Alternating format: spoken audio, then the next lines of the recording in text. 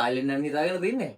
මං දැකලා තියෙනවා මිනිස්සු සෑහෙන වැරදි කරනවා තායිලන්ඩ් යනකොට ට්‍රිප් එක 10 ගානකින් හොඳ කරගන්න පුළුවන් විදි තියෙද්දි. ඒ වැරදි ටික කරන්නේ නැතුව ට්‍රිප් එක සුපිරියටම යන්න ඕන නම් ඔයාලා මේ වීඩියෝ එක අන්තිම වෙනකම් බලන්න. නැත්තම් තායිලන්තේ යන්න එපා. What is up, ladies and gentlemen? සාමාන්‍යයෙන් තායිලන්ත ගැන හිතද්දී එතන ගොඩාක් පැති තියෙනවා. චියං මායිද, බැංකොක්ද, ෆුකට්ද කියලා තැන් ගොඩාක් තියෙනවා. ඒ වුණාට එක එක තැන් වලට එක එක ටිප්ස් ඕන වෙනවා. අපි මුලින්ම කතා කරමු ලොකුම ඒරියා එක හැමෝම යන ඒරියා එක බැංකොක් ගැන. First stop Bangkok. නිකම්ම Central Bangkok කියලා සර්ච් කරලා Central Bangkok වලින්ම hotels book කරන්න යන්න එපා. ඇත්තටම මොකද බැංකොක් වල තියෙන මේන් ටූරිස්ට් ඇට්‍රැක්ෂන්ස් තියෙන්නේ එක එක තැන්වල. රියල්ම චීට් කෝඩ් එක තමයි BTS ස්කයි ට්‍රේන් එකක් හරි MRT ස්ටේෂන් එකක් හරි ළඟින්ම තැනක් බුක් කරගන්න එක. Bangkok traffic ගැන අමුතුවෙන් කියන්න ඕනේ නෑනේ. metro එකකින් යන එක තමයි fastestම. ඒක මාර clean, super safe, ඒ වගේම air condition ලංකාවේ වගේ නෙමේ. ඔයාලට ඉක්මනින්ම තැනින් තැනට යන්න පුළුවන්. තායිලන්ඩ් වලට එන්න කලින් Grab and Bolt කියන apps දෙක අනිවාර්යයෙන්ම ෆෝන් වලට ඩවුන්ලෝඩ් කරන්න. ඒක නිකන් Uber, Picme වගේ apps දෙකක්. මොකද ටුක් ටුක් වලට හොවලා පොකට් එක හිස් කරගන්න නම් ලෑස්ති වෙන්න එපා. තායිලන්ඩ් වල ටුක් එක්ස්පීරියන්ස් එක අනිවාර්යෙන් ගන්න ඕන දෙයක්. හැබැයි එයාලා ටුවරිස්ට්ලාගෙන් absurd prices ඉල්ලනවා. ඒක නිසා හැම වෙලේම මතක තියාගන්න absurd prices and actual prices compare කරලා බලන්න. ඔයාලා long distance යන්න හිතාගෙන ඉන්නවා නම් for example Bangkok ඉඳන් Phuket වගේ යන්න කියලා හිතාගෙන ඉන්නවා නම් ඔයාලට සල්ලි ටිකක් ඉතුරු කරගන්න පුළුවන් ලේසිම විදිහක් මගේ ගාව තියෙනවා. ස්ලීපර් බස් එකක් හරි ස්ලීපර් ට්‍රේන් එකක් හරි ගන්න. එතකොට ඔයාලට නැගලා නිදාගෙන ඊට පස්සේ දවසේ උදේ වෙද්දී ඔයාලට ඩෙස්ටිනේෂන් එකට යන්න පුළුවන්. මේකෙන් ඔයාලට 50% විතර travelling expenses වලින් ඉතුරු කරගන්න පුළුවන්. තව ඔයාලට එදා රැට හොටෙල් එකක නවතින ගාණත් ඉතුරු කරගන්න පුළුවන්. අපි ඊළඟට කතා කරමු Phuket ගැන. Patong Beach ළඟින්ම ඉන්න එක තමයි action වලටයි night life වලටයි තියෙන හොඳම option එක. ඕගලන්ට පුළුවන් එහෙදි ස්කූටර් එකක් රෙන්ට් කරන්න. බැංකොක් වලට වඩා ස්ට්‍රීට් ගොඩක් කාම් නිසා ඕගලන්ට ස්කූටර් එකක් රයිඩ් කරන එක තමයි ලේසිම සහ ලාභම වැඩි.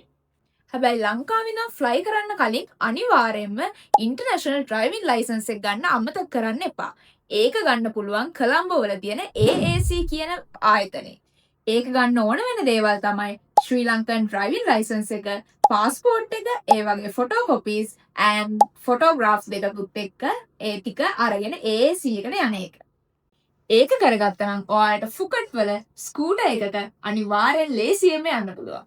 ෆුකට් ඉඳන් ඕගොල්ලෝ අනිවාර්යයෙන්ම යන්න ඕන තැනක් තමයි Phi Islands කියලා කියන්නේ. කට්ටිය ලොකු වැරද්දක් කරගන්නවා මෙහෙ යද්දී. ඒගොල්ලෝ one day tour එකක් book කරලා උදේ ගිහින් හවස එන tours book කරනවා. ඒක කරන්න එපා. ඕගලන්ට ෆුකට් ඉඳන් ferry එකක් ගන්න පුළුවන් කෙලින්ම Phi Islands වලට. Phi Islands වල ගිහින්දලා එදා රෑ නැවතිලා ඒ night life එකත් හොඳයි. ඊට පස්සේ දවසේ උදේ island hop කරන්න යන එක තමයි ideal scenario එක. අනිවාර්යෙන් 2 days 1 night තියාගන්න Phi Islands වලට යනවා නම්. තව අමතක වෙච්ච දෙයක් තියෙනවා. එතාට ඕගොල්ලෝ island hop කරන එක ඊට කලින් දවසේ book කරගන්නවා නම් එතනදිම ඕගලන්ට ගාන 130ක් විතර අඩුවෙන් කරගන්න පුළුවන් online book කරනවට වඩා.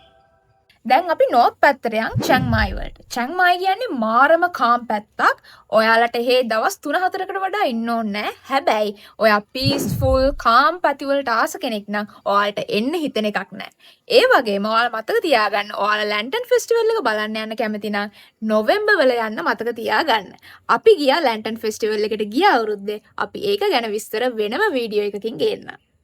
අපි අන්තිමට දැන් තායිලන්ඩ් වල ජෙනරල් සර්වයිවල් රූල්ස් එකක් අපි කියාගෙන යන්න.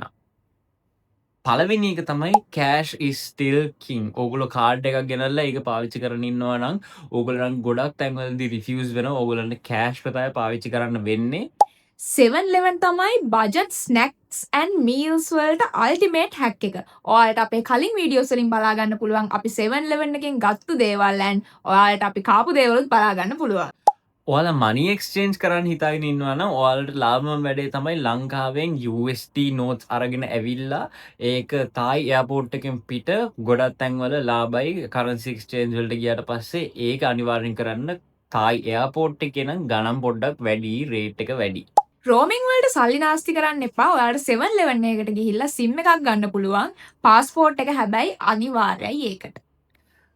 අදට අපිට ටිප්ස් ඇන්ඩ් ට්‍රික්ස් එච්චරයි තියෙන්නේ. ඕගලන්ට මොන හරි ප්‍රශ්න තියෙනවා නම් අනිවාර්යෙන් පල්ලෙහෙන් කමෙන්ට් කරගෙන යන්න. ඕගලන්ට ට්‍රිප් එකට මේවල් උදව් වුණා නම් කමෙන්ට් කරගෙන යන්න. ලයික් කරන්න, කමෙන්ට් කරන්න, subscribe කරන්න. We really appreciate it if you stayed until this point. Well, see you all in the next one. Bye bye.